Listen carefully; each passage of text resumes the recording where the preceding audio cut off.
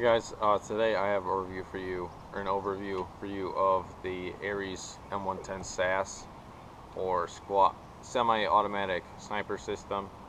I'll start at the back, go to the front, and then kind of talk about the price tag and if it's worth it or not, and whatever. A little background information. This is obviously the M110. The M110 is kind of an upgrade to the SO25. Upgrade wise, this is completely ambidextrous, and then I'm sure there's some internal kind of upgrades that Knight's Armament has done on the real steel, but I don't really know much about that. Anyway, let's start with the stock. The stock here, obviously a full stock. It's really nice quality. There's little to no flex on it when you're squeezing it, which is really nice in my opinion. A lot of the full stocks that I've tried out, they feel really cheap, which is partly the reason that I generally will swap them to, say, a crane stock or something else like that. But this one's really nice, and it'll probably be staying on here.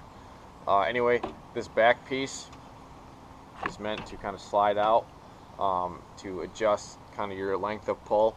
If you don't know what that is, essentially the farther your shoulder is away from the trigger, the different kind of the angle your finger will be on the trigger, and that will kind of adjust how much effort your effort, I don't know if that's the right word, but how much effort essentially you have to use to pull the trigger in order to fire the rifle. And that primarily is for airsoft. Primarily is for real steel shooting, but it does translate a little bit to airsoft. The unfortunate thing about this, however, is that this knob here, you're supposed to be able to tighten it down, and that will lock this in place. And I have tried tightening it down both by hand and by a screwdriver, and it still, once you put it up against your shoulder, it will just collapse. So, you know, that's pretty disappointing for the price tag of this gun. I'll probably be messing around with it later and see if I can fix it, but just keep that in mind when you're buying this. Moving forward here, you have a QD sling mount attachment point. You also have one on this side, so there are on either side depending on if you're righty, lefty, etc. And the QD swivel is included. I'll say that. Charging handle, pull it back just like any other AR. This does have a functioning bolt catch, as you can see. Your hop-up is in here, just like any other AR platform. This hop-up differs from kind of your AR platform though a little bit, as this is kind of the G36 style hop-up where you have a wheel that is kind of, I don't know, it's not on the side essentially, that your normal AR style hop-up is. That can be a good thing. I tend to like it a little bit better. It tends to hold its position better than a standard M4 hop-up. So yeah. Like I said, this is ambidextrous. On this side, you have your bolt release just in the same spot as any other AR gun. On the left here, you have it right here. It's this little paddle coming out. You press that and voila, it shoots forward. Out of any AR system that I've worked on or owned that has had a working bolt catch, this one has kind of the best spring behind it, and it has the most satisfying noise. It's nothing compared to like a SCAR or an M14, but it's a lot better than most of the kind of the chintzy, crappy ones that you normally get. Moving on to the receiver, like I was talking about, ambidextrous. You have your bolt release here, you have your mag release here, just like on any other AR. And then on this side, you also have a mag release right here. And you press that down, the mag will pop out, just like any other mag release would. So yeah, that's nice if you're a lefty or righty shooter, or you switch depending on the situation. Like I said, so we'll leave it here for a second. Like I said, not like I said, but the selector switch, again, also ambidextrous. You have one on this side, you have one on this side where it would normally be. Like all Airsoft SR25s, or kind of the SR25 M110 platform, it is a fully automatic AEG. On the real SR25, you may know this from my other videos, there is a little block right here, and that would prevent the selector switch from moving into the fully automatic position. On the Airsoft version, the selector switch has a little cutout on the actual selector switch, and that allows it to ride right over that little block, and so it can go fully automatic. I don't like that, but you know, whatever, I can live with it. Trademarks, starting on this side, you have kind of your Knights armament logo here, and you have Stoner rifle, Stoner rifle, and then a serial number. This serial number I do not believe is unique, as this one is actually engraved. On this side, you have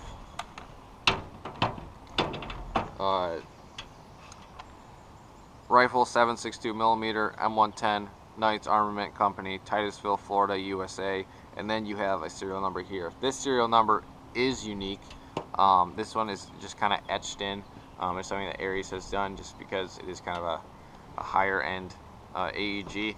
So this is the 317th model that they ever made, at least in this batch, and I'll get into the different batches in a little bit. What was I going to say? Oh yeah, moving up, you have this scope mount. The scope mount is included. The scope is not included. This is a replica of the Knights Armament scope mount. It's really nice, solidly built. You can buy them in an aftermarket, but this comes with it, so that's really cool. For those of you wondering, this is a replica Leopold M3 scope. You can buy them on practically every overseas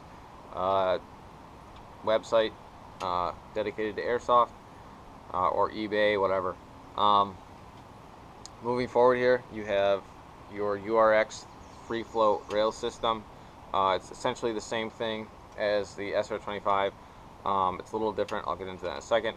But this is, I want to say, the URX 1 or 2. I don't remember the actual number. But on some of the newer carbine models of this rifle, you have you don't have as much rail space, and that is to kind of save on weight. So, you know, whatever. Just a tidbit of information, I guess. Numbering. Right here, it starts with T7, T9, T11, T13. The T stands for top. Over here you have L9, L11, that's for left. Here you have R9, R11, that's for right, obviously, and yeah, the bottom has it as well, B9, B15, whatever, B11. So that, the numbering is, so say you put an optic on here and you have it zeroed to that optic. If you ever take that optic off, you have kind of a marker system to know where you had it on, so that you can put the optic back on and the gun will be zeroed to it, essentially right off the bat. The numbering system stops at the receiver. There are no numbers on the actual receiver itself, which is kind of disappointing. I wish they had continued them all the way back, but they didn't, so, you know, whatever. Rail covers. The gun comes with 3 of them. I have 2 on here, one on the left, one on the right, or left, right, and then you can put one on the bottom, top, whatever you want to do with it. Yeah, the bipod is not included. This is a replica Ares bipod. Again, you can buy it pretty much anywhere.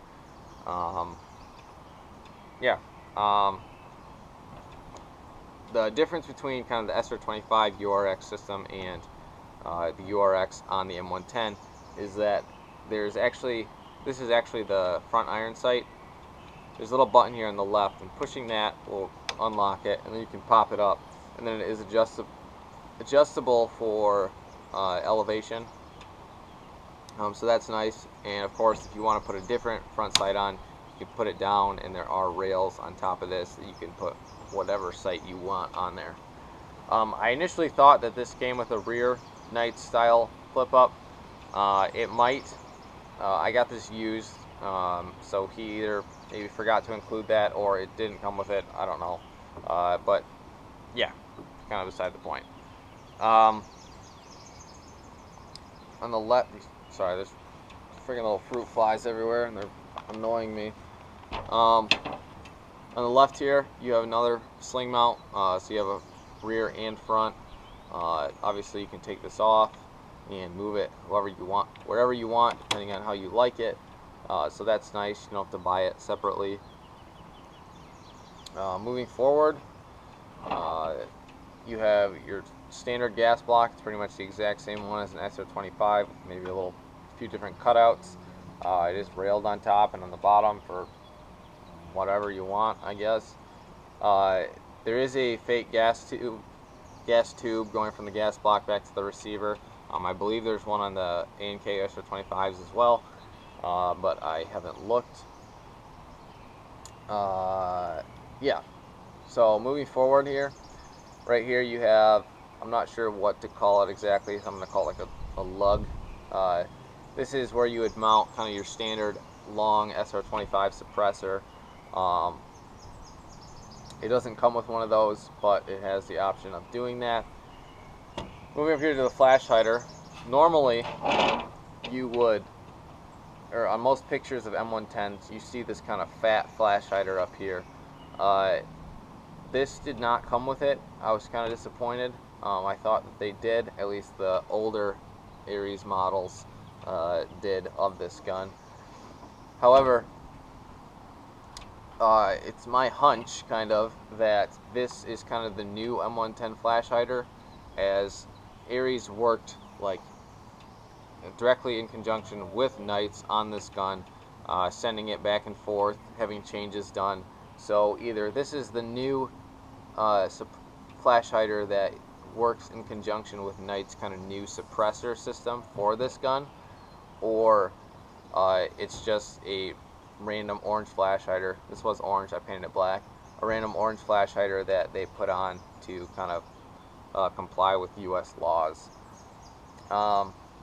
If you do want the fatter one, I believe they sell them separately. They're probably a little hard to find, but you can buy them. What else is there to talk about? I guess we'll go internally. Like I said about the hop-up, it's a little different, but practically the same. The Ares M110 uses a standard version 2 gearbox, unlike the A&K Classic Army and some of the GMP models of SR25s that use the extended version 2.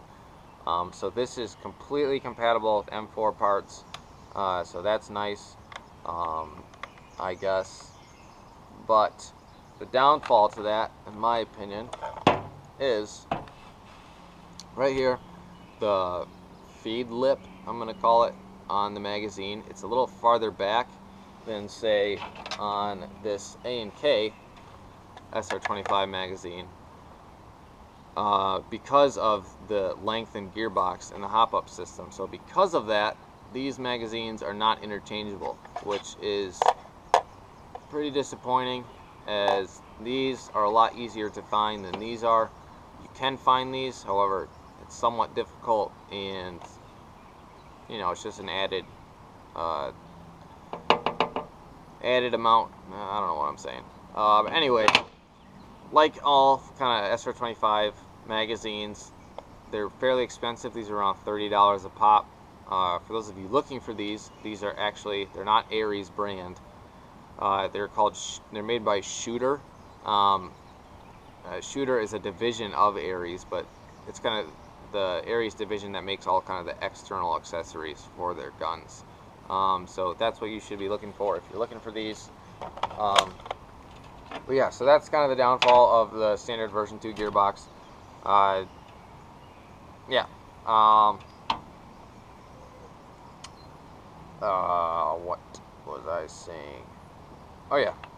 If you take off the stock, Ares, all their gearboxes or most of their AR platform gearboxes, they have a quick change spring system. That way, so you can essentially take a screwdriver to the back of the gearbox, unscrew a little cap, and you can take the entire spring out. So you can do easy spring changes. Say if you want to use this in CQB, or you want a heavier spring in there for more FPS, you can do that really quickly, instead of, say, a normal SR25 or a normal AR platform where you would have to disassemble the gun, take the gearbox out, disassemble the gearbox, make the swap, and then reassemble. So that's a nice feature that I really like, that I wish more companies made use of, but it is something that Ares does. The trigger assembly in here, this is it runs off kind of like a what is it called? I'm gonna call it like a micro switch. It's probably the wrong term. If I think of it later, I'll put it in the description what it's actually called and a link to what I'm about to talk about.